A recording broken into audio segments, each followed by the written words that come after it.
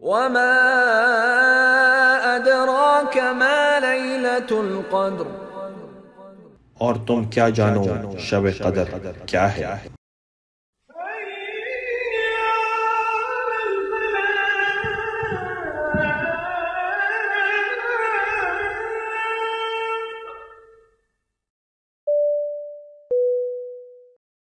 الحمد للہ رب العالمین والعاقبۃ للمتقین ولا عدوان الا علی الظالمین والصلاة والسلام علی اشرف الانبیاء والمرسلین نبینا محمد وعلى آلہ وصحبہ واجمعین ومن تبعهم بإحسان الى یوم الدین وسلم تسلیما کثیرا اما بعد فاعوذ باللہ من الشیطان الرجیم بسم اللہ الرحمن الرحیم انا انزلناه فی لیلۃ القدر وما أدراك ما ليلة القدر ليلة القدر خير من 1000 شهر تنزل الملائكة والروح فيها بإذن ربهم من كل أمر سلام هي حتى مطلع الفجر۔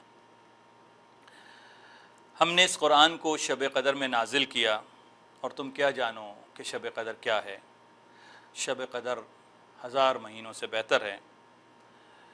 فرشتے اور روح الامین اس میں اپنے رب کے اذن سے ہر حکم لے کر اترتے ہیں، اور وہ رات سراسر سلامتی ہے طلوع فجر ہونے تک۔ رب اشرح لی صدری ویسر لی امری واحلل عقدۃ من لسانی یفقہوا قولی۔ محترم ناظرین، وقت کا گھوڑا انتہائی سبک رفتاری سے سرپٹ دوڑے چلا جا رہا ہے۔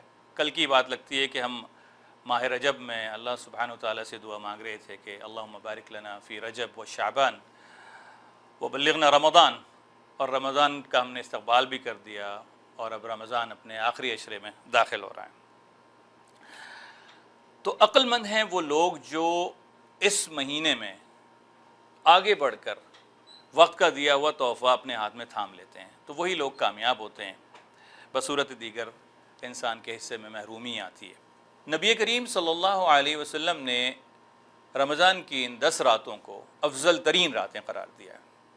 ام المومنین عائشہ رضی اللہ عنہا فرماتی ہیں کہ کان رسول اللہ صلی اللہ علیہ وسلم یجتہد فی العشر الاواخر ما کان یجتہد فی غیر، یعنی نبی کریم صلی اللہ علیہ وسلم ان 10 ایام میں عبادات اور طاعات کے اعتبار سے جس طرح سے اجتہاد کیا کرتے تھے اور جس طرح سے مشقت کیا کرتے تھے کسی اور ایام میں نہیں کرتے تھے۔ امی عائشہ رضی اللہ عنہا فرماتی ہیں کہ اس آخری عشرے میں نبی کریم صلی اللہ علیہ وسلم کی کیفیت کیسی ہوتی تھی، ذرا اس حدیث سے ملاحظہ فرمائیں۔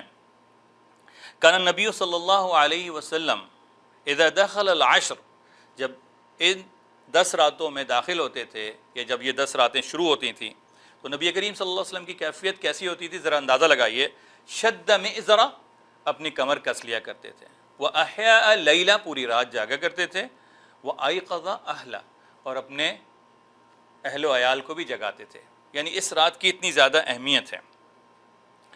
تو آخری عشرے کی جو شان ہے اور آخری عشرے کی جو پہچان ہے، وہ رات ہے جس کو ہم شب قدر کے نام سے جانتے ہیں، جس کے بارے میں اللہ سبحانہ وتعالیٰ کا ارشاد ہے کہ انا انزلناہ فی لیلۃ القدر وما ادراک ما لیلۃ القدر لیلۃ القدر خیر من 1000 شہر۔ ایک تو اس رات میں، یعنی اس عشرے میں جو رات ہے جس میں قرآن نازل ہوا، جو پوری انسانیت کے لیے رہنمائی لے کر آیا ہے، رہنما کتاب ہے، اور دوسری چیز یہ کہ اس کے اندر کی گئی عبادت جو ہے وہ 1000 مہینوں کی عبادت سے بہتر ہے۔ تو اس حوالے سے ہمیں دیکھنا چاہیے کہ ہم اس رات کو کہیں ایسا نہ ہو کہ ہم ضائع کر دیں، کیونکہ اللہ کے رسول صلی اللہ علیہ وسلم کا ارشاد ہے من قام لیلۃ القدر ایمانا واحتسابا غفر له ما تقدم من ذنبہ، جس نے لیلۃ القدر کا قیام کیا ایمان اور احتساب کے ساتھ، اس کے تمام پچھلے گناہ معاف کر دیے جاتے ہیں۔ من صام رمضان ایمانا واحتسابا غفر له ما تقدم من ذنبہ، جس نے رمضان کے روزے رکھے ایمان اور احتساب کے ساتھ، اس کے تمام پچھلے گناہ معاف کر دیے جاتے ہیں۔ تو یہ ہے اس رات کی فضیلت۔ تو ہمیں ہر طور پر، ہر لحاظ سے کوشش کرنی چاہیے کہ یہ رات کہیں ہم سے ضائع نہ ہو جائے۔ عائشہ رضی اللہ عنہا نے جب نبی کریم صلی اللہ علیہ وسلم سے دریافت کیا کہ اگر ہم شب قدر کو پا لیں تو اللہ سے کون سی دعا مانگیں؟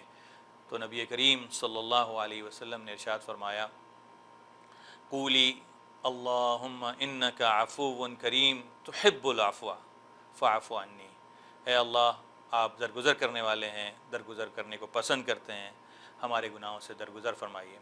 تو یہ دعا مانگنی چاہیے کثرت سے۔ ہم مشاہدہ کرتے ہیں کہ بہت سے ایسے لوگ ہیں جو رمضان کے ایام کو بھی اور اس آخری عشرے کو بھی بہت عام دنوں کی طرح گزار دیتے ہیں، تو ان کو یہ حدیث یاد رہنی چاہیے کہ جب نبی کریم صلی اللہ علیہ وسلم ممبر کی پہلی سیڑھی پہ قدم رکھتے ہیں کہ فرماتے ہیں آمین، دوسری سیڑھی پہ قدم رکھتے ہیں فرماتے ہیں آمین، تیسری سیڑھی پہ قدم رکھتے ہیں تو فرماتے ہیں آمین۔ جب صحابہ کرام رضوان اللہ علیہم اجمعین اس کی بابت دریافت کرتے ہیں تو نبی کریم صلی اللہ علیہ وسلم ان کو بتاتے ہیں کہ میرے پاس جبریل امین آئے تھے تو انہوں نے دعا مانگی، تو ان 3 سیڑھیوں میں سے جو ایک سیڑھی پہ دعا تھی وہ یہ تھی کہ خاک آلود ہو اس کی ناک جس نے رمضان کا مہینہ پایا اور رمضان گزر گیا اور اپنی مغفرت نہیں کروائی۔ تو اللہ تعالیٰ سے دعا ہے کہ اللہ تعالیٰ جس طرح سے ہمیں اس رمضان کا مہینہ نصیب فرمایا اسی طرح سے ہمیں ہماری مغفرت فرمائے۔ اللہم انا نعوذ بک من علم لا ينفع ومن قلب لا يخشع ومن عین لا تدمع ومن دعوت لا يستجاب لها۔ اس کا اردو میں ترجمہ ہے، اے اللہ ہم آپ کی پناہ میں آتے ہیں اس علم سے جو نفع بخش نہ ہو، اس دل سے جو آپ کی خشیت میں نہ ہو، یعنی جس دل میں آپ کی خشیت نہ ہو، ان آنکھوں سے جو آنسو نہ بہاتی ہوں، اور ان دعاؤں سے جن کو قبولیت نہ ہو۔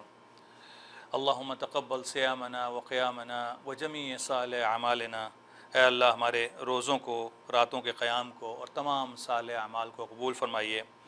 اللہم ارفع عنا هذا الوباء والبلاء وجمیع الفتن، اے اللہ ہمارے اوپر سے اس وبا کو، اس آزمائش کو اور تمام فتنوں کو اٹھا لیجئے، آمین۔ وصلی اللہ علی نبینا وحبیبنا محمد وعلی آلہ وصحبہ اجمعین، والسلام علیکم ورحمۃ اللہ وبرکاتہ۔